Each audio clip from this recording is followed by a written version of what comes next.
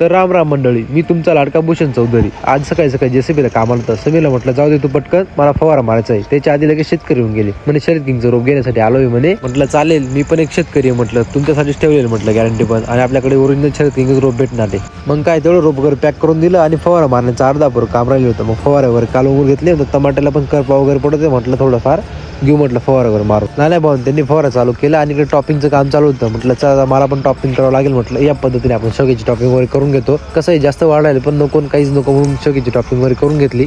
आणि तेवढ्यात अजून शरद किंगचे रोप घेण्यासाठी शेतकरी येऊन गेले होते. म्हटलं चालेल तुम्हाला पण लगेच रोप वगैरे पॅक करून देतो म्हटलं. आम्ही रोप वगैरे दिलं होतं यांना, म्हटलं तुम्ही पण जेवण वगैरे करून घ्या म्हटलं, टाइम होऊन जाईल म्हटलं आता.